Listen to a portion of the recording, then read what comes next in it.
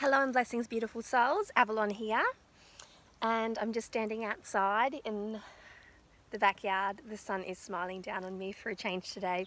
We've had like weeks upon weeks of like really grey, rainy weather, which is very nice as well, and especially because we run off rainwater tanks. So that's where we get our primary water source. We have no underground water sources here. There's a little spring right at the very top of our property, but we haven't harnessed it yet to sort of supplement our water supply. So we're strictly like water tanks, rainwater, that's what we drink and bath on. Anyways, just a little off-grid living update anyway. But what I wanted to talk about today is, I don't even know how to title it or really introduce the subject. That's probably the funniest aspect of it. But what I have noticed is that there is a tremendous amount of content on witchcraft out there. And I've noticed blogs and Instagram profiles and YouTube, creators, all touching on the subject of witchcraft, creates such a surge, right? And these particular, avenues can be quite nourishing if it comes from the right person. But what I have sort of determined for myself, and this might not be the case for you, but I definitely know that I share the same opinion as some other makers and creators out there, is that a lot of the channels that are really growing, a lot of the social media accounts that are really growing, are growing on aesthetics alone.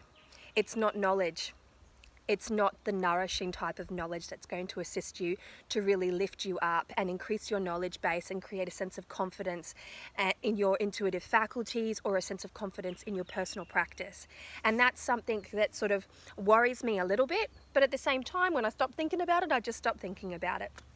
But I thought I will touch on the subject because an Aussie YouTuber, I'm trying to remember her name, please forgive me.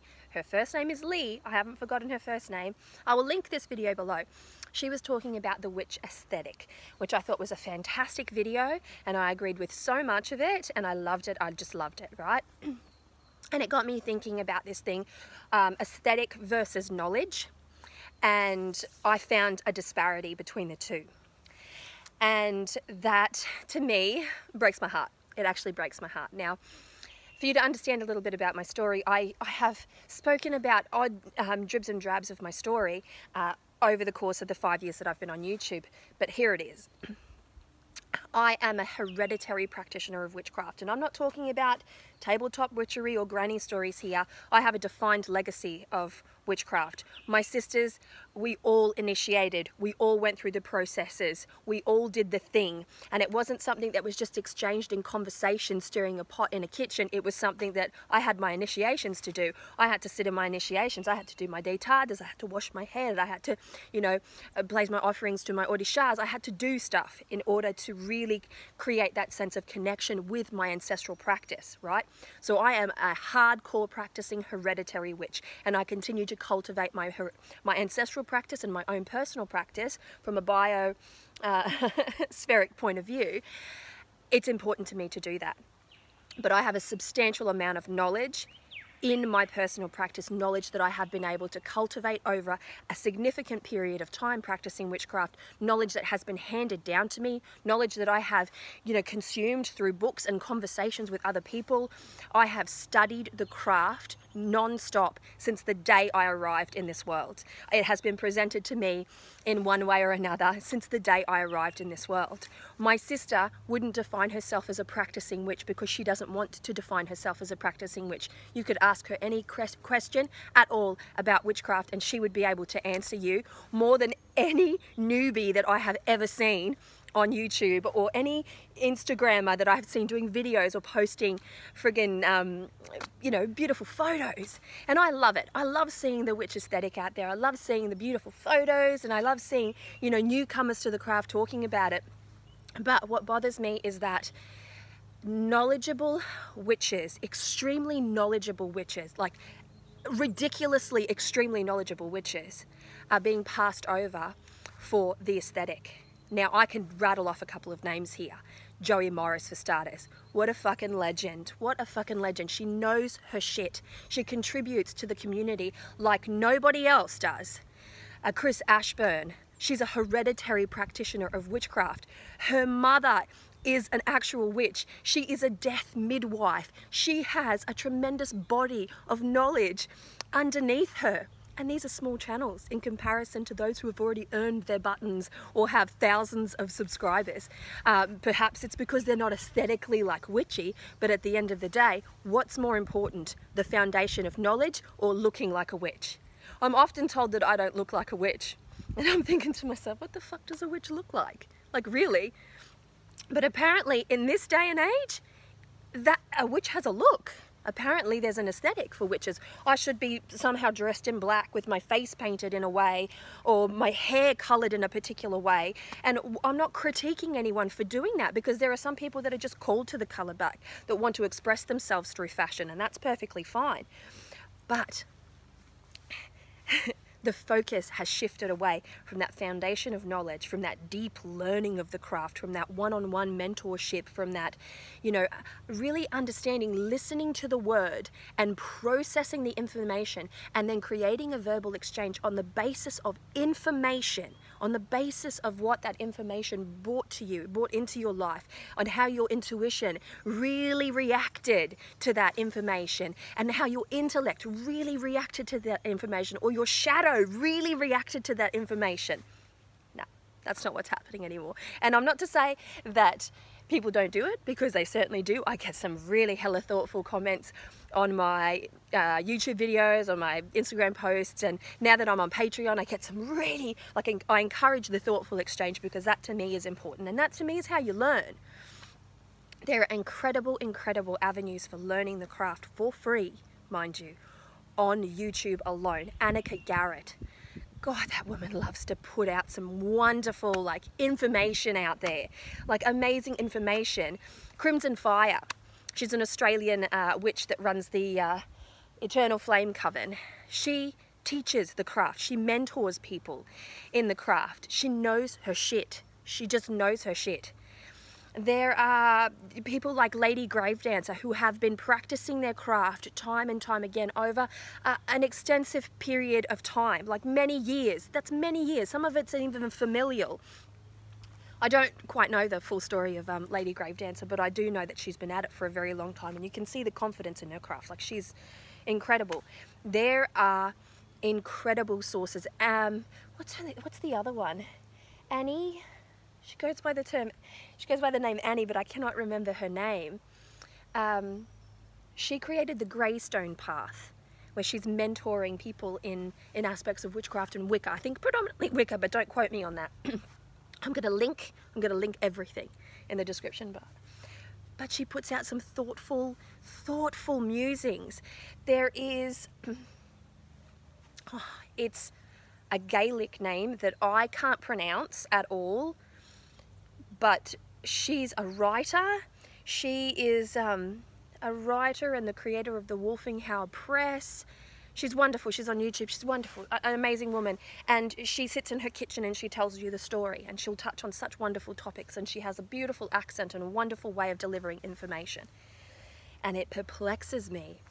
It just perplexes me as to why these amazing knowledge banks are not the ones holding massive plaques of achievement on social media. Not that that is the focus or important, but it is astounding to me that this still goes on, that knowledge is being surpassed for looks and aesthetic. It baffles me. It baffles me. And it really highlights the shallow nature of the world still to this day. And I thought that we'd got a little bit past that. I thought that it really was about the intellect, the exchange of information.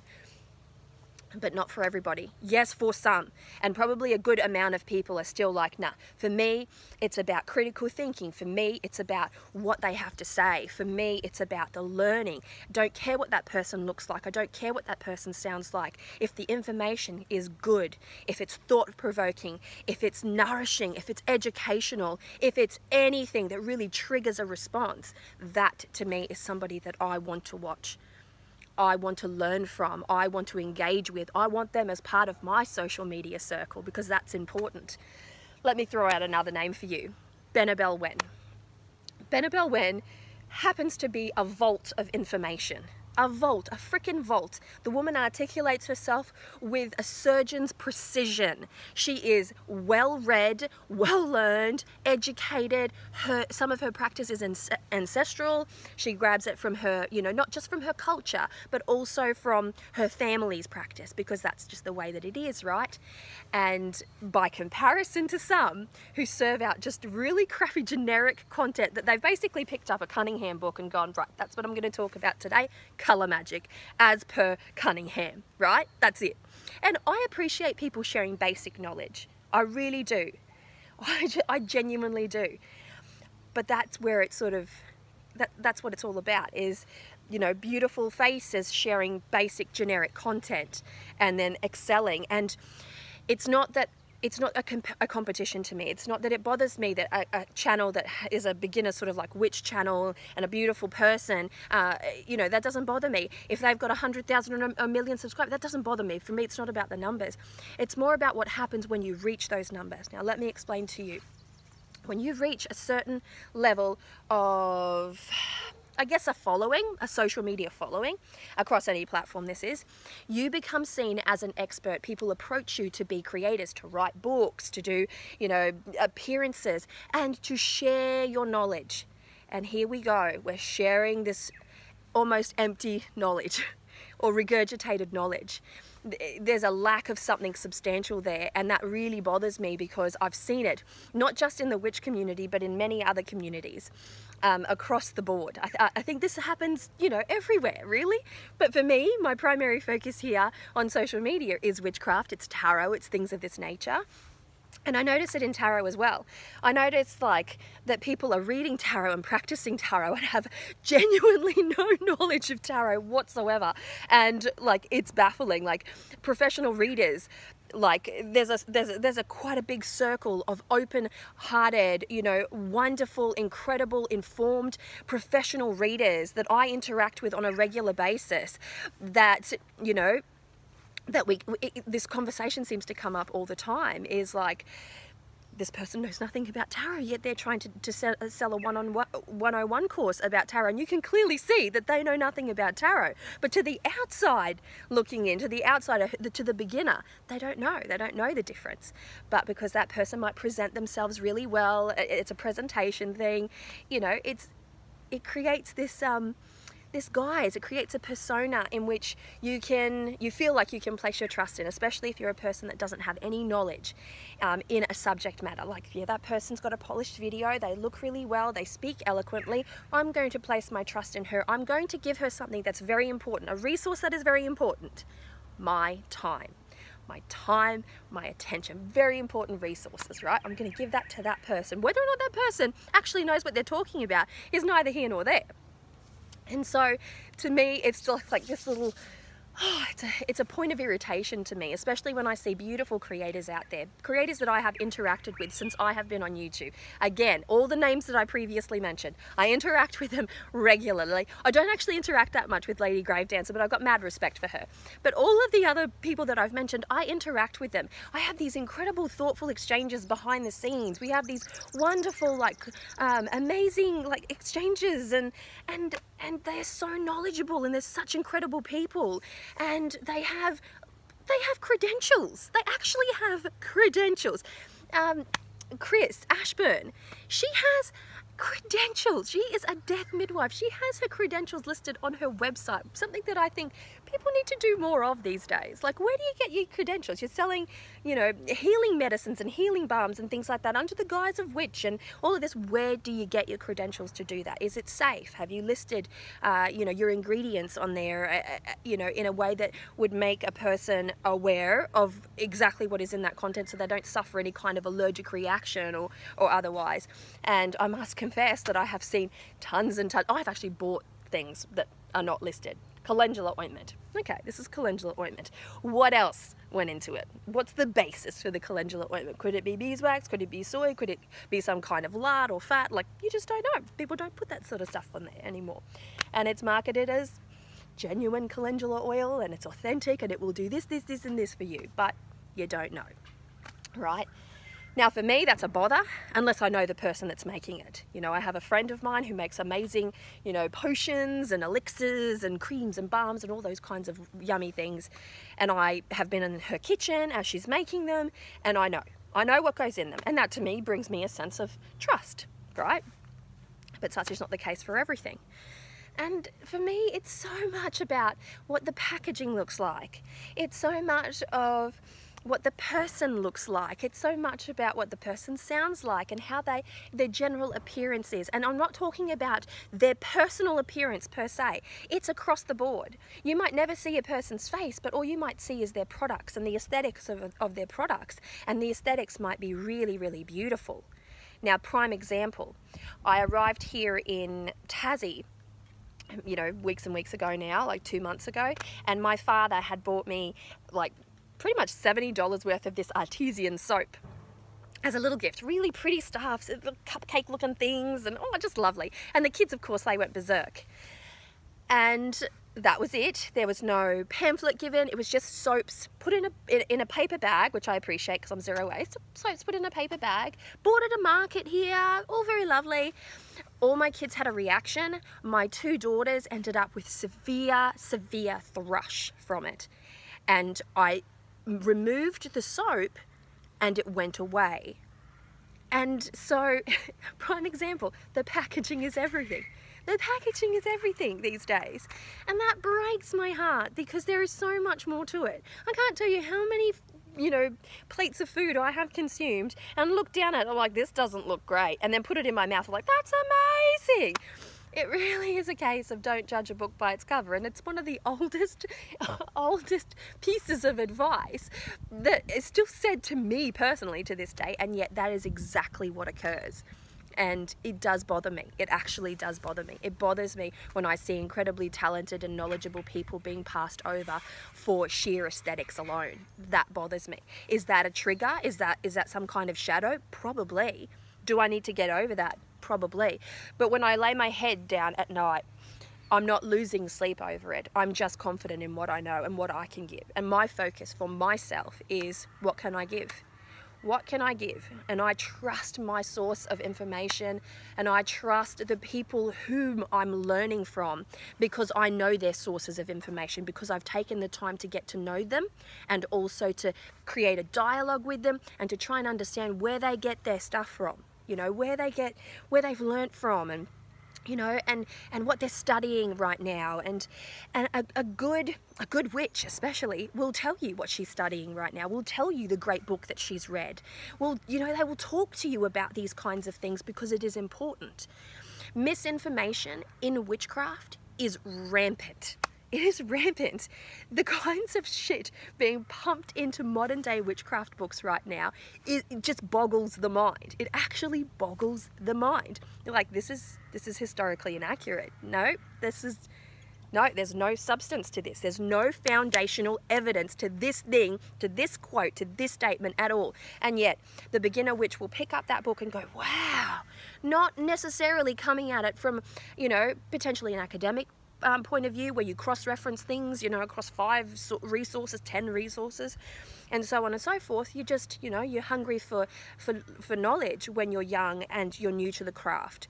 You know, take that as you will. You could be, I'm talking about young of spirit, not young of age, but when you're young in the craft.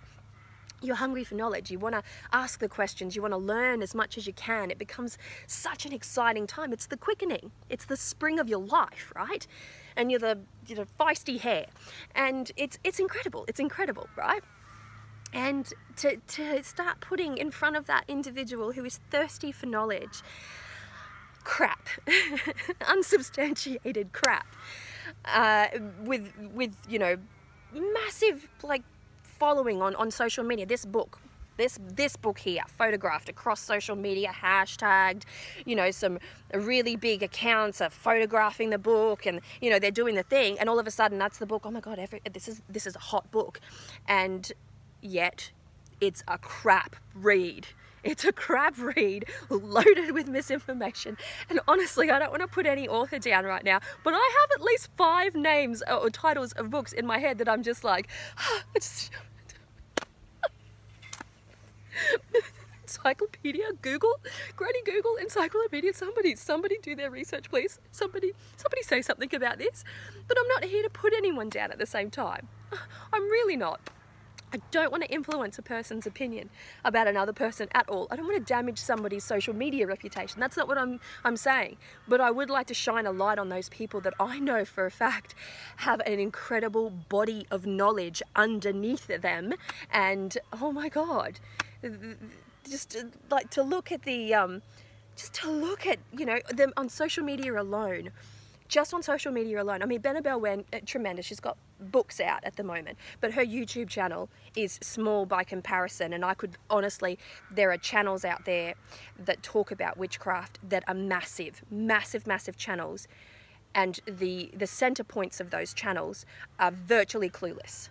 They're just virtually, I'm talking regurgitated information, not that they don't have any creative flow or anything to really share with the world, because I think anyone who's brave enough to get on YouTube or any social media platform for that matter is doing a very brave thing, and they're contributing to a collective, and I respect that. But at the same time, it's not about the creator, it's about the following. It's about the community at large, right? And you know, the community in witchcraft is changing all the time. What was once taboo is now modern. What was once considered gothic fashion is now considered witchy fashion. And, you know, I love me a little gothic fashion and a little Victorian gothic. Oh my God, beautiful, beautiful stuff. And I respect those who try to, who feel the need to, who want to express themselves through fashion, because that's beautiful. That's beautiful. And that's not just something that happens in the arena of witchcraft. I mean, look at pin-up girl styles and, you know, housewives era, and just fashion is an iconic method of self-expression, and I'm not criticizing anyone for that kind of thing. What I'm saying is it's more than the packaging, it's more than the aesthetic. And while the emphasis is being placed solely on the aesthetic, there's an awful amount of information that is going by the wayside, and an awful amount of misinformation that is being perpetuated and taken as sheer fact, which is creating I don't know, it's creating like I don't even know how to put it. The collective pool at the moment is, it's big, and yet to me, it's quite rubbish. It's quite silly. I try to keep my social circle really small and quite separate from, you know, the vast expanse of social media. I never take anything that somebody says as being gospel at all. I like to do my research. I'm not satisfied with a book. I'm not satisfied with a single book. I need to know that that information comes from somewhere. I'll go through the index, the bibliographies, and I'll have a look, you know. And same with Wikipedia. Wikipedia has a tremendous amount of information, but it's Wikipedia, you know. Go through the bibliography, go through the citations in there. Just do the research and get there. And for those who don't want to do the research, then maybe you just don't deserve the knowledge then. Maybe that's what it comes down to. As much as it was taught to me when I was growing up as a witch, as a person, as a female, most of that good life lesson stuff came from the fact that I was hungry for the information, and that I was prepared to look for that information. I was prepared to hunt that information down at all. When I first moved to Australia in the 90s, where there was no internet and no mobile phones and none of that kind of business, I had to find my lifeline to witchcraft. I had to find it. I had to find it myself. And if I wasn't hungry for that information, I would have either given up or settled for whatever new age stuff was out there at the moment. And you know, there's nothing wrong with the new age, don't get me wrong. I'm into it. I'm into a bit of new age. I love the fact that when I go to any town, there is a new age shop that sells crystals and sometimes even a good deck and a good book. You know, I'm not knocking the new age movement at all. But that was it. You have to be hungry for that information. And now with, you know, so many avenues to information at your fingertips, virtual information at your fingertips, the sheer veracity that the information is created and the volume of information out there is astounding, and getting through all of that to the good stuff is its own challenge, and you have to be prepared to go through that process. When I came, like I said, there was nothing and I had to find my way, I had to carve my path out, right? But now you still have to carve your path. There's no skipping over the you know, the hard yakka. It's a rite of passage. It's an initiation of sorts, to sift through all the crap, all the aesthetic, to find the information that is absolutely true to you. And I'm not talking about true on a global scale. But yes, when you study witchcraft, you'll eventually hit anthropology and culture and, you know, global history and geopolitics and biospheric information. These things are founded in a body of knowledge that has, you know, a substantial amount of information underneath it that you can dig through to find, you know, your version of the truth, to find the truth for you. There is never just one truth. There are many truths. That's the thing. And looking for truth and being that perpetual student and walking the path to something that is akin to self-mastery. That's important. That's an important thing. And in order to truly do that, you need to be prepared to do the work. And if you don't want to do the work, then fine. Just be a little follower. Just be a follower of someone who like presents themselves well, of the beautiful witch aesthetic, the packaging, and just be that. But understand, of course, that that is, in fact, a one-way street to a shallow pool. There's no other way that I can put it. I'm sorry to be brutal, and I'm sorry to be, you know, a bit confronting, and I'm sorry if I'm a bit like woo-woo at the moment, but it's important, and I've just been dying to say it. I've been dying to say it, and it's a sunny day today, and I'm out in nature, and I'm living my truth and my passion and my purpose right at this moment in time. And who would I be if I didn't share my deepest feeling at this moment in time? Who would I be? Well, I'd just be a person that's too frightened to use my voice for anything other than I don't even know what to say beyond that, because I've already spoken a lot. But there you have it. That's my little, you know, share for today. That's my little share. And again, it wasn't my intention to offend anyone. If you are offended, then I do apologize, but at the end of the day, I just wanted to share a little something out there, and I hope that it's been well received to a degree, and that at the very least it's thought-provoking. And so to all the creators out there, I've got mad respect for you, I really do. Like I said, it's hard to jump on any social media platform and put yourself out there and create. And to those out there that are incredible banks of knowledge and yet have the tiniest of followings, just know that I know who you are, and that I'm there with you, and that I'm learning from you, and that I have mad respect for you, because you guys are those little gems. You guys are the gems that I look for when I feel like I'm lacking community and I just want to have a conversation with a knowledgeable witch. Then I go to these people. I go to these people to get something that I can't get anywhere else. And I guess that's the difference, you know. It depends what kind of a witch you are, I suppose, and it depends what you're looking for when you go to witchcraft. I'm looking for knowledge. I'm looking for deep, enduring wisdom on the self and on the world around me. I'm looking for magic. I'm looking for it all. I'm looking for the universe. I'm looking for that universal, you know, truth for me. And that's important. And my way to that universal truth isn't a shallow path at all. It's one that I carve out like hardcore. It's a physical path to me. It's an ecstatic path to me. It's a path embedded in a knowledge that I cannot ever seem to articulate, because I'm just not an eloquent speaker like some beautiful individuals at Kellyanne Maddox, articulate speaker, Benabel, articulate speaker. I don't have that soothsayer gift, but I know what I know, and I feel what I feel, and I know that for me it's always been more than looks alone. It's always been more. For me it has to be profound. For me it has to be real. For me it has to be substantial. It has to be founded in something incredible and solid and resolute. And that's what I'm looking for. And I encourage you to do your research and to carve your path out, and to go and find those individuals out there in this digital world that are sharing some absolutely amazing shit. And they're going to be in the little nooks and cranny of YouTube, and the little nooks and cranny of Instagram and Facebook and that, because they don't have a tremendous following, but they have a tremendous body of knowledge. what they lack in numbers and subscribers, they make up for in sheer volume of information, like incredibly awesome information. So please think about that, and please be awesome, and sending you so much love, luck, peace and joy. Mwah. Take care of yourselves.